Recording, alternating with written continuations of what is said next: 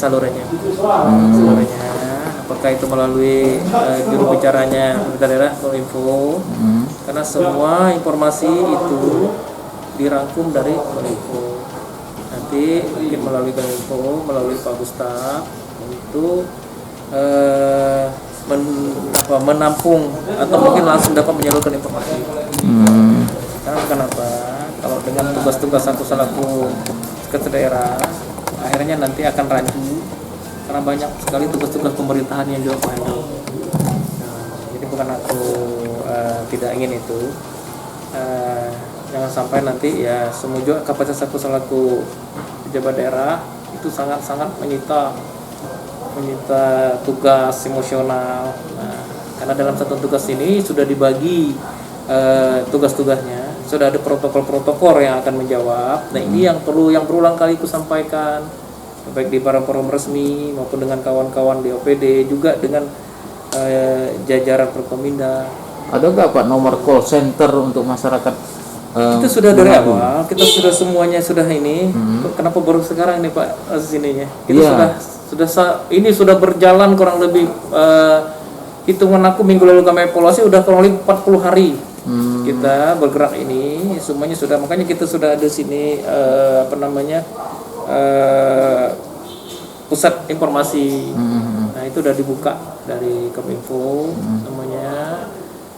Nanti yang menyangkut informasi baru tentang COVID ini, menyangkut wabah, menyangkut penyakit ini, juga sampai kata apa yang sudah dilakukan gugus tugas dalam menangani ini. Nah seperti misalnya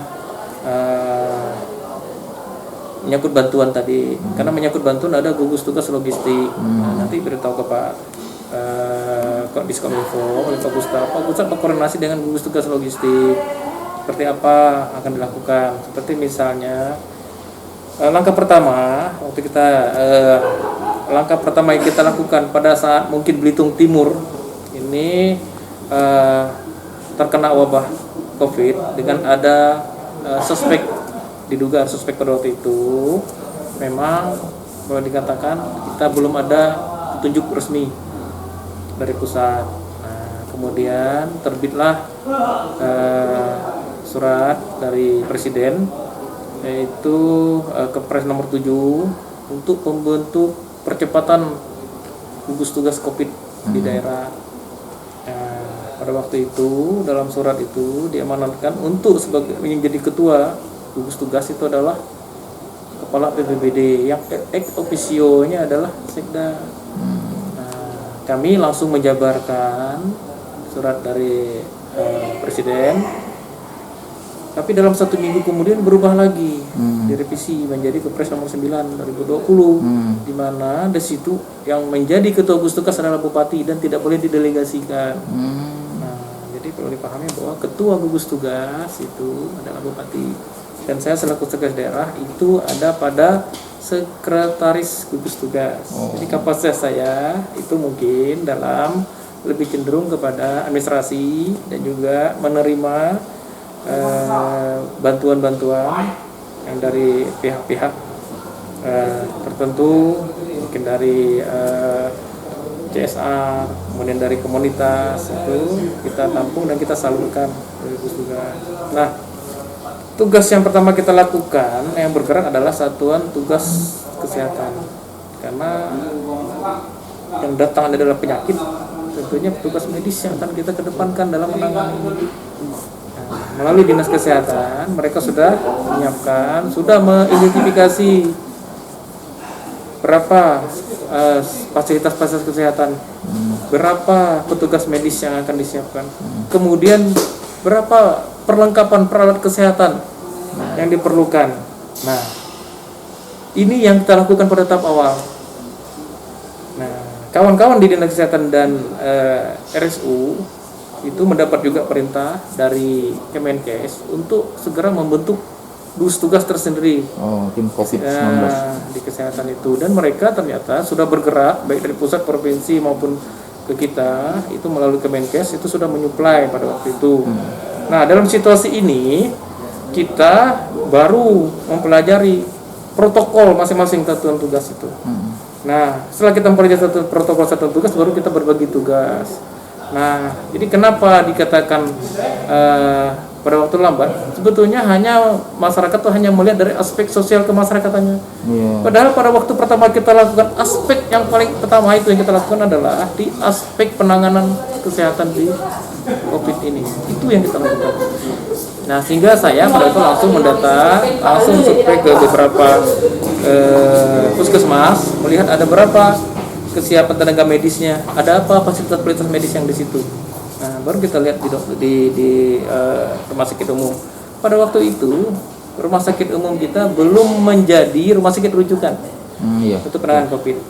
Rumah sakit rujukan penanganan COVID itu ada di Tanjung Pandan, RSU Marsidi, dan mereka sudah dilatih untuk penanganan itu. Sementara kita belum. Jadi kita hanya penyangga pada waktu itu. Nah di sini kita mulai menyiapkan kesiapan ini. Nah sementara pada saat ini bencana ini mungkin bencana yang beda, karena ini bencana non alam yang kita tidak pernah mendapatkan pengalaman di dalam menangani ini. Nah sehingga yang kita lakukan adalah seperti apa untuk melakukan pencegahan tadi.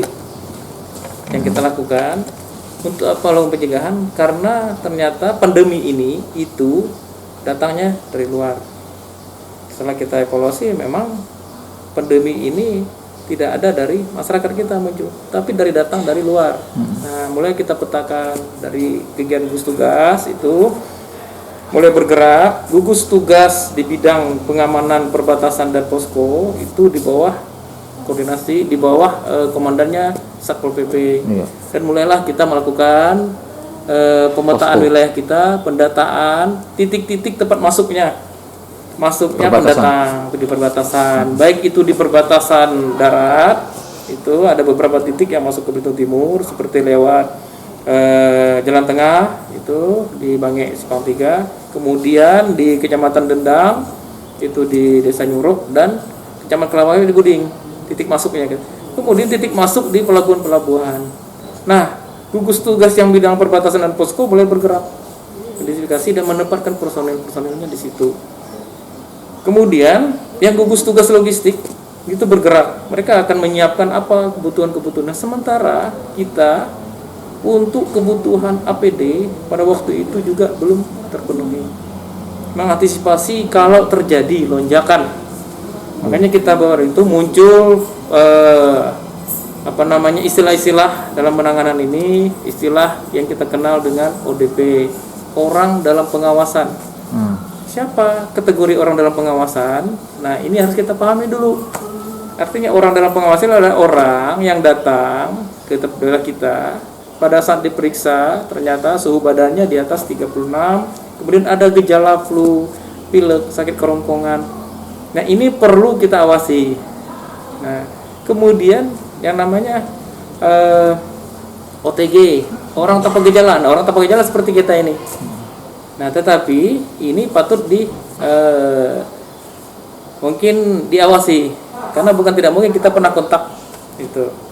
Kemudian ada PDP. PDP itu pasien dalam pengawasan, artinya mereka yang pasien dalam pengawasan ini mereka itu sudah pernah kontak dan datang dari zona merah dengan kondisi kesehatan sudah semakin sedikit kronis. Nah, ini tahap-tahapnya, inilah yang kita pantau.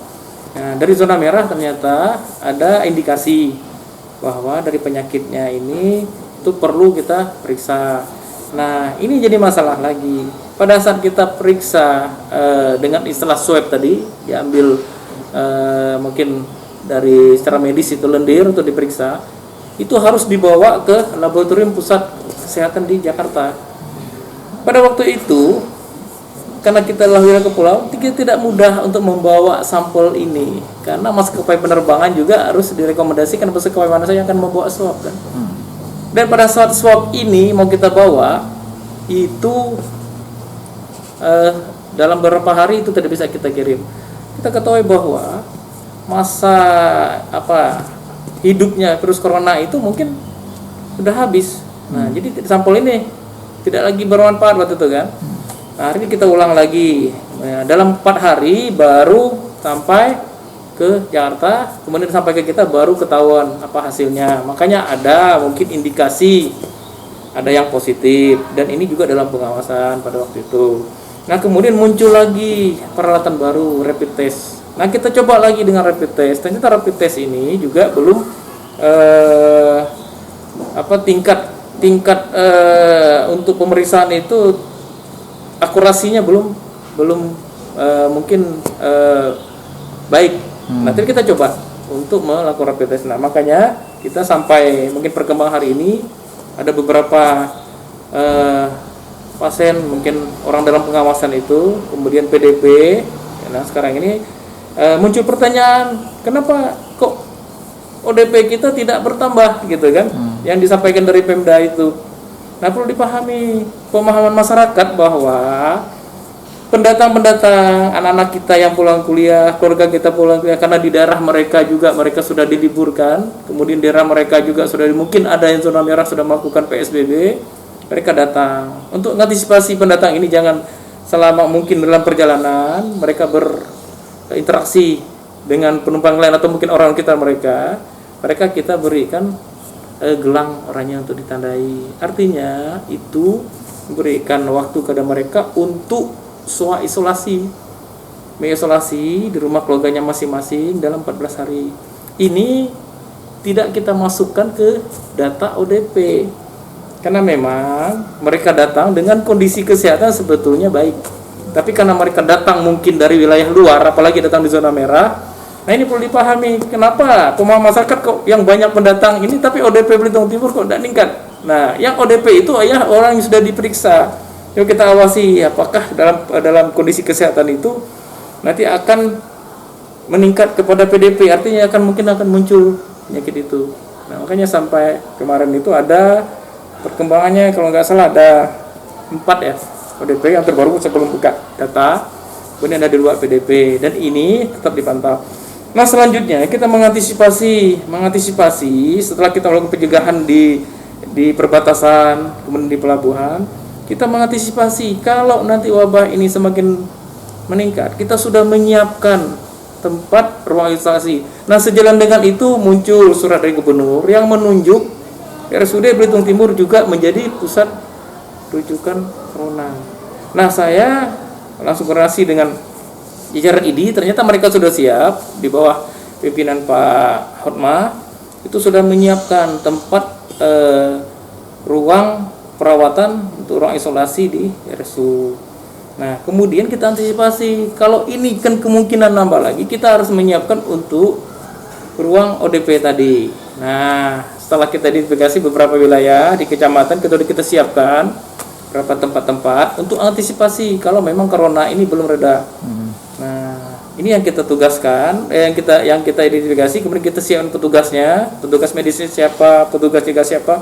Karena di dalam penanganan pun ada SOP-nya. Berdasar penanganan kita menangani ODP, itu juga kita harus ada SOP. Seperti mungkin siapa yang memberi makanannya, kemudian siapa yang mencuci pakaiannya dan sebagainya, itu sudah ada SOP. Nah, yang ini, sejalan dengan waktu, ternyata ini sangat berdampak terhadap kehidupan sosial ekonomi kemasyarakatan. Nah, setelah kita pada tahap pertama kita menyiapkan gugus tugas di bidang kesehatan, antisipasi untuk mengatasi corona ini dalam bidang kesehatannya, karena sudah mulai berdampak dalam bidang ekonomi kemasyarakatan. Kenapa? Dengan seluruh dunia, dengan pusat kita di Jawa itu ada PSBB, ya tentunya semua ini melakukan social distancing, itu berdampak terhadap perekonomian kepada masyarakat yang melakukan mungkin transaksi jual beli, akhirnya mereka kekurangan pendapatan. Kemudian masyarakat yang selama ini kategori miskin, mereka tidak dapat lagi mungkin mendapatkan sumber konsumsi. Nah, pada tahap yang kedua ini baru kita mulai mendata dampak sosial ekonomi ke masyarakat. Nah, dari pusat itu terbit beberapa peraturan-peraturan, dan juga muncul beberapa bantuan-bantuan yang kita fokuskan di bidang logistik ini di Dinas Sosial Pemberdayaan Masyarakat Desa.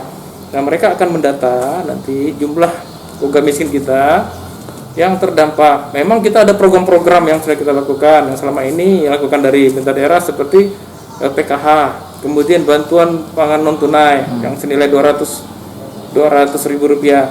Nah, dengan dampak COVID ini kita data lagi, ada bantuan lagi dari pusat senilai kurang lebih 1 juta, tetapi dari provinsi mungkin dana pusat juga, tetapi provinsinya 300 ribu, kita 700 ribu, dan ini kita anggarkan di dalam pergeseran karena perintah dari pusat melalui Menteri Keuangan ada pergeseran anggaran, refocusing anggaran ini digeser untuk penanganan COVID tadi. Jadi anggaran yang ada di pemerintah daerah ini digeser untuk penanganan sesuai dengan satuan tugas tadi. Nah, misalnya kita geserkan anggaran salah satu OPD, misalnya Dinas Kesehatan. Karena Dinas Kesehatan dan satu tugas kesehatan, mereka menggeser anggaran untuk belanja apa? Mereka belanja APD, masker yang standar dan sebagainya. Ini refocusing yang kita lakukan pada tahap pertama. Nah, kemudian juga dinas-dinas yang lain, mereka juga belanja itu semuanya diarahkan dalam penanganan COVID tadi. Ya, jadi pergeseran belanja ini semua dalam penanganan COVID. Nah, untuk masyarakat nanti kembali ke logistik di dinas sosial. Sekarang mereka setingkat desa melalui dinas sosial itu sudah memusyawarahkan untuk menentukan by name by address keluarga miskin yang terdampak. Kenapa? Jangan sampai mereka ini mendapatkan bantuan yang sama dan berulang-ulang kepada satu keluarga miskin. Artinya kita tidak mungkin ini misalnya mereka kena program PKH, juga mereka program bantuan tunai, mereka tiba-tiba juga dapat program beasiswa dan sebagainya. Jangan ini hanya satu keluarga yang, makanya kita harus pilah-pilah. Nah, kita ada kurang lebih 10.000 kita kemiskinan kita, namun ada kurang lebih 4.000 itu sudah diakomodir melalui bantuan yang reguler kita lakukan. Jadi ada kurang lebih 6.500 lagi berdasarkan data di Bapeda dan bagian sosial itu keluarga miskin kita ada 6.500. Nah, nanti inilah akan kita berikan bantuan selanjutnya yang selama 3 bulan yang ada program dari Kementerian Sosial untuk kita berikan selama yang pertama ini mungkin dalam waktu 3 bulan ini. Sekarang kita masih mendata, mungkin nanti Mei, Juni, Juli mungkin selama 3 bulan itu akan kita bantu. Nah, jadi masyarakat dalam hal ini koordinasi ke desa melalui wilayahnya Pak RT itu menyampaikan data-data masyarakat miskin ini. Desa akan mendata, kemudian data ini akan digodok melalui musyawarah desa, akan disampaikan melalui dinas sosial, ini akan kita kirimkan nanti untuk dapatkan bantuan. Jadi bantuan ini semuanya satu pintu melalui gugus tugas. Karena proses belanja dalam pergerakan anggaran ini kita itu diawasi. Di sini kita di tingkat kabupaten kita kerjasama dengan jajaran Kajari untuk mengawasi dalam belanja ini, dan mereka mendampingi kita dalam proses pembelanjaan. Karena seperti kondisi seperti ini, boleh saya contohkan penyedia jasa untuk pembelian alat-alat kesehatan itu hanya ada di Jakarta. Kemudian harga dengan kondisi seperti juga harganya sudah melonjak. Nah, ini perlu kita paduserasikan pemahaman persepsi kita. Jangan sampai kita membeli mungkin di luar tapi karena ini untuk penanganan COVID itu mungkin kita bahu membahu agar semuanya lancar untuk masyarakat kita. Nah, itu kemudian hal-hal lain seperti dalam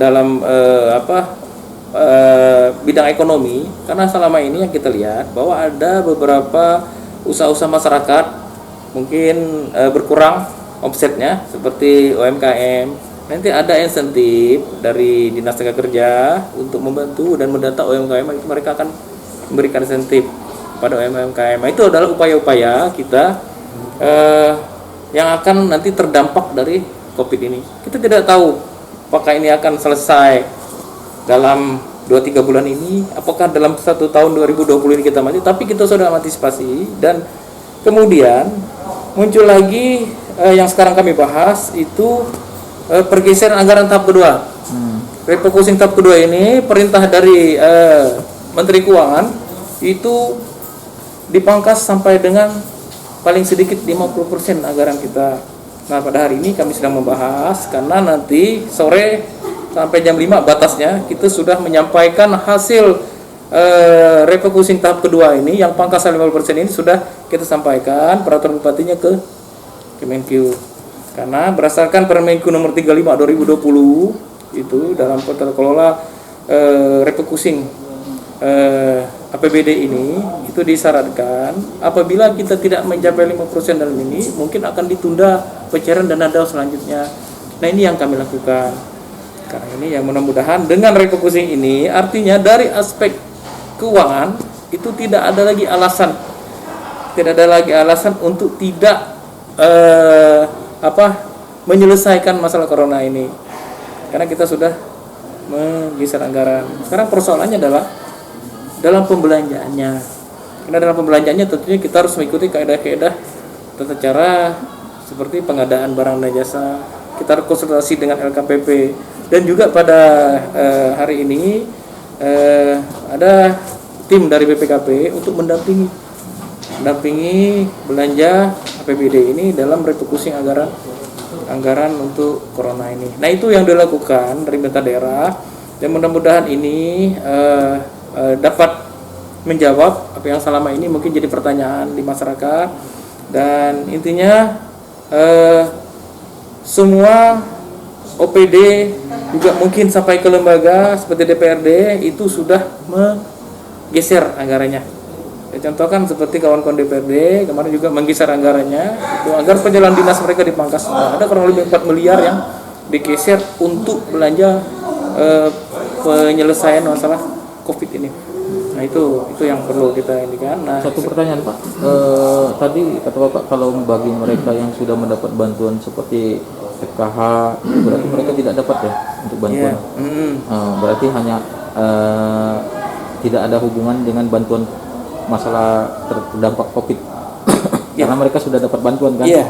Karena itu program reguler yang mereka dapat. Iya. Itu berarti mereka tidak ada harapan untuk dapat bantuan dari COVID tadi kan, yang terdampak COVID. Iya. Oh gitu. Jadi mereka yang sudah mendapat keperluan rutin, tetap mereka mendapat keperluan itu, tapi ada yang tersisa yang ini. Oh gitu. Kita kan punya data kemiskinan, tidak semuanya kita akomodir karena ada tingkat-tingkat.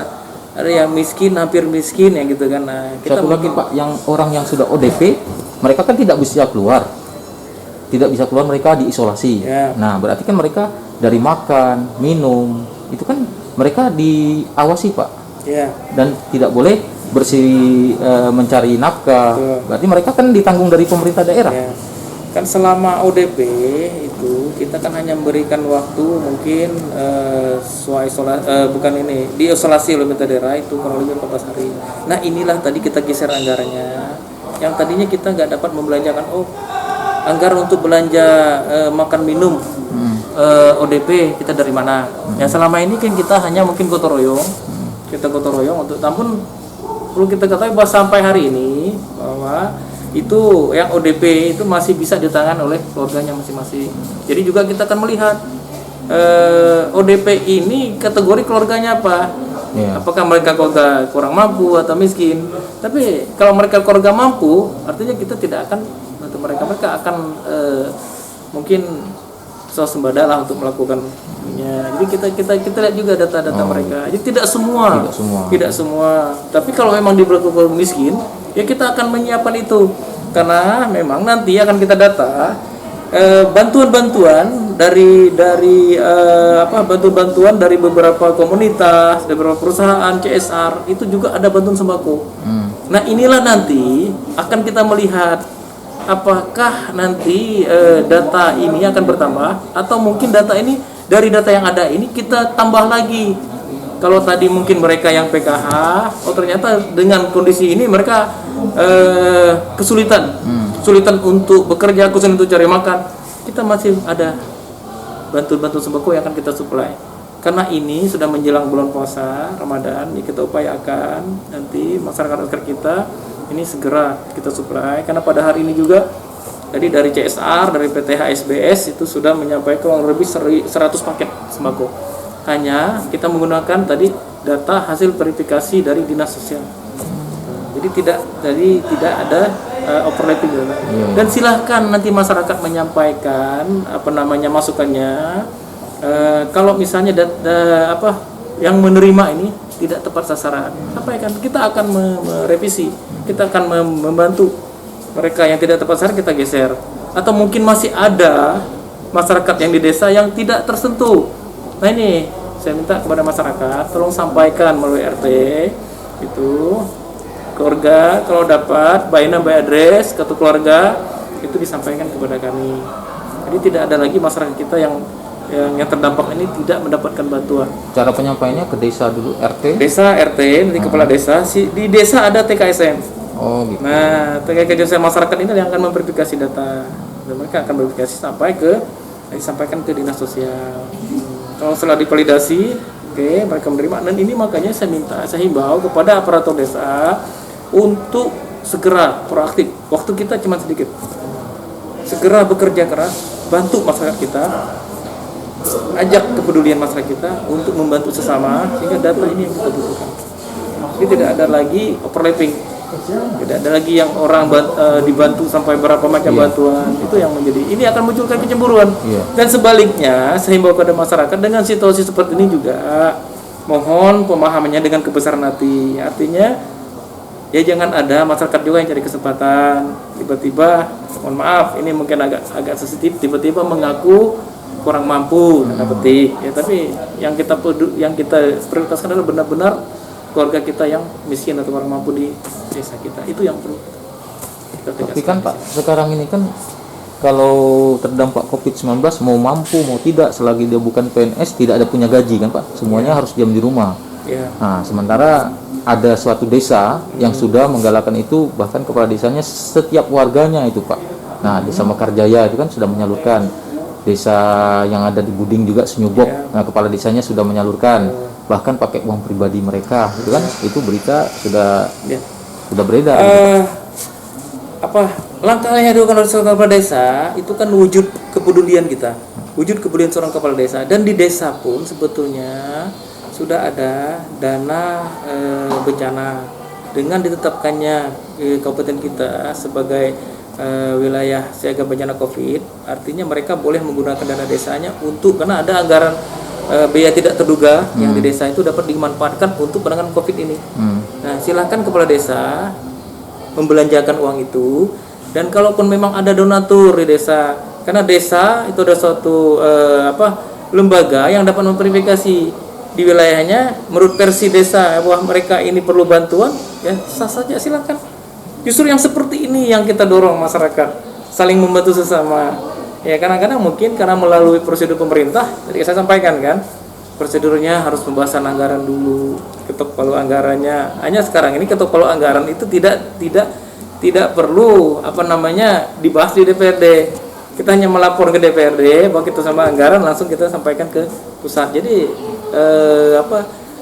rentang kendalinya semakin singkat gitu. Nah ini di desa pun demikian, silakan. Saya lihat ada beberapa desa yang bergerak mengumpulkan ini, memberikan bantuan, ya silakan. Nah tetapi kita harus atur temponya. Apakah ini akan berlangsung lama, seperti apa? Nah itu perlu kita antisipasi. Saya himbau justru. Berarti bantuan itu tidak didapatkan dari semua masyarakat Belitung Timur ya? Hanya orang-orang tertentu aja yang dapat bantuan itu ya Pak? Sesuai dengan data. Sesuai dengan data. Satu-satunya informasinya dari Pak RT. Pak RT tahu mungkin wilayahnya itu, kita sampaikan. Ya, karena kalau kita hasil data dari bank data kemiskinan kita itu ada kurang lebih 6.500 lagi warga kita. Itu yang harus dibantu. Betul. Walaupun orang yang lain itu yang seharusnya mereka bekerja harus diam di rumah, akhirnya tidak dapat bekerja. Itu kita jangan asumsikan secara sederhana. Ya, pengertian tidak bekerja diam di rumah itu apa? Gitu. Karena perlu kita ketahui bahwa sampai detik ini, ya saya tegaskan sampai hari ini kita masih zona hijau. Kalau sampai hari ini orang di rumah sampai tidak bekerja menunggu bantuan, itu artinya ini ada apa gitu kan. Hari ini kita tidak usah panik. Hari ini orang masih bisa berjualan, orang masih bisa kerja, rajuk TI dan sebagainya untuk mencari timah. Nah, artinya kita jangan hal seperti ini menjadi suatu alasan. Nah, sama juga mungkin mohon maaf kepada jajaran kawan-kawan di ASN di sini. Walaupun sudah ada perintah work from home, kerja dari rumah, ya tetapi tolong gitu, pada saat ada tugas-tugas kantor yang urgent, Ya datang ke kantor, kita selesaikan. Jangan dijadikan alasan dengan COVID ini. Secara umum makanya harus dipahami oleh masyarakat bahwa Belitung Timur masih zona hijau. Tugas kita dalam zona hijau ini adalah mencegah. Mencegahnya apa? Di perbatasan tadi yang dari zona merah yang datang itu kita sama-sama. Makanya saya minta posko-posko desa itu proaktif mendata warga-warga pendatang di wilayahnya. Sampaikan kepada protokol gugus tugas COVID untuk seperti apa penanganannya. Karena ada kasus per kasus itu sudah muncul, seperti beberapa desa kemarin ada kedatangan warga yang bawa warga lain ke rumah. Nah itu seharusnya dalam 14 hari mereka tidak boleh melakukan aktivitas. Nah itu karena mereka sudah kita pasang gelang oranye tadi, itu sebenarnya hanya memudahkan pemantauan kita. Nah, bagi mereka yang sudah digelang oranye, Pak, tapi masih berkeliaran, itu gimana, Pak? Sebetulnya kita sudah ada langkah-langkahnya. Yang pertama, kita mungkin tidak akan secara frontal untuk menangkap atau mungkin meringkus mereka, tanda petik. Karena walaupun demikian mereka juga punya hak asasi, dan juga ini perlu kita edukasi. Artinya kita pendekatan kemanusiaan, kita jelaskan kondisi ini, kita mengajak yang bersangkutan untuk proaktif melaksanakan program ini. Itu pada tahap pertama. Tapi pada tingkat selanjutnya, apabila yang bersangkutan memang masih melakukan pelanggaran, kita akan lebih lagi nanti represif. Kita akan bawa, karena kita sudah menyiapkan, pemerintah daerah sudah menyiapkan tempat-tempat ruang isolasi seperti di stadion. Artinya kalau mereka tidak kooperatif, kita akan bawa mereka, kita awasi sampai 14 hari di stadion. Dengan resiko mereka jauh dari keluarga, jauh dari ini. Tapi kita pemerintah sudah siap. Tugas medis sudah kita siapkan di sana, petugas jaga sudah kita siapkan di sana. Sudah ada isinya, Pak? Sampai hari ini belum. Jangan sampai ada isi, Pak, Bang Sis. Ya. Iya. Tuh, mudah-mudahan sampai selesai lah COVID ini, wabah ini hilang. Tidak akan ada isi dan tidak ada kita kehilangan saudara-saudara kita karena korban jiwa karena COVID ini. Tuh. Berarti yang sudah dijalankan pemerintah daerah sudah bergerak, Pak, sesuai dengan yang Bapak bicarakan tadi, dan kemudian harapan Bapak sebagai sekda yang sudah menjalankan sebagai sekretaris gugus COVID kan, tentunya area kita ini harus dipertahankan daerah hijau. Betul. Dan tidak melarang masyarakat untuk mencari kerja, silakan. Tapi yang dilarang hanyalah berkumpul-kumpul kan, Pak. Jadi kalau memang ada alasan tidak dapat bantuan atau gimana, sementara sekarang pemerintah sedang berusaha mendata setiap RT-RT-nya, tapi tidak mungkin ada yang dapat FKH, bantuan dapat lagi tidak mungkin kan, Pak. Satu keluarga, pemanfaat. Terus bagi mereka mungkin yang tidak bekerja, mungkin kata Bapak tadi ada apa? Jangan dijadikan suatu alasan dengan ada COVID ini membuat mereka malas. Mereka mengharapkan bantuan dari pemerintah daerah.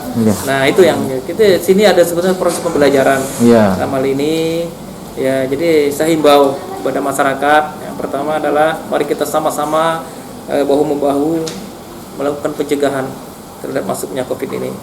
Nah, bukan berarti dengan adanya pencegahan ini atau mungkin dengan ada COVID ini membuat kita itu menjadi panik, membuat kita tidak bisa bekerja, membuat kita tidak bisa melakukan apa-apa. Semua rutinitas tetap dilakukan. Keadaan sebetulnya masih normal, tetapi petunjuk-petunjuk, himbauan, arahan seperti misalnya untuk menggunakan masker itu adalah bagian dari pencegahan. Melakukan social distancing bagian dari pencegahan, melakukan physical distancing bagian dari pencegahan. Nah, ini yang saya himbau kepada masyarakat. Mari kita bahu-bahu. Mudah-mudahan perjalanan waktu ini ke depan virus COVID ini akan lenyap sehingga kita bisa melakukan aktivitas kita seperti biasa. Seperti misalnya mungkin kita akan terganggu menjelang Ramadan. Karena dalam bulan Ramadan ini biasanya kita full melaksanakan ibadah. Betul. Namun dengan kondisi seperti ini, ada hal yang harus kita lakukan tadi. Yang tadinya mungkin kita bisa sholat berjamaah, itu berdasarkan Fatwa MUI boleh tidak berjamaah, gitu kan. Kemudian sholat Jumat yang berjamaah boleh tidak berjamaah. Mungkin juga sampai dengan sholat Id dan sampai dengan itikaf pun di masjid nanti itu. Nah, artinya di sini masyarakat harus memahami ini bahwa larangan ini untuk kita semua. Satu orang tidak disiplin akan berdampak kepada yang lain. Satu orang tidak disiplin misalnya sebagai orang yang diawasi untuk isolasi, tiba-tiba dia berkeliaran akan berdampak kepada orang lain. Nah, jadilah kita ini Udah bukan dapat bermanfaat, dapat menjadi contoh bagi yang lain sehingga dapat secara keseluruhan mencegah COVID ini. Ya, saya himbau kepada kawan-kawan, saudara, mungkin rekan-rekan yang pada saat ini mungkin datang dari luar, kita ikuti program pemerintah untuk isolasi. Ya, tolong kita sama-sama menghargai, menghormati ini, ya, karena anda pun bagian dari kami juga. Artinya Belitung Timur aman, alhamdulillah, nanti insya Allah mungkin berkah bagi kita semua. Oke, sesi terakhir ucapan Pak. Terima kasih. Pertama-tama, karena besok kita sudah masuk bulan suci Ramadan, saya ucapkan selamat menjalankan ibadah puasa bagi yang menjalankannya, dan selama menjalankan ibadah puasa, mari kita jaga kondisi Belitung Timur sekondusif mungkin, dan bagi masyarakat mungkin jangan panik bahwa pemerintah daerah akan memperhatikan dan akan memberikan kebutuhan-kebutuhan masyarakat apabila itu betul-betul masyarakat yang terdampak. Dan juga kepada masyarakat, mari dalam situasi bulan suci Ramadan ini kita sama-sama proaktif untuk mencegah COVID, dan tentunya prosedur-prosedur yang tadi disampaikan, ikuti protokol COVID yang tadi disampaikan sehingga ya semuanya itu berjalan secara harmonisasi semua. Mungkin itu. Terima kasih. Assalamualaikum warahmatullahi wabarakatuh.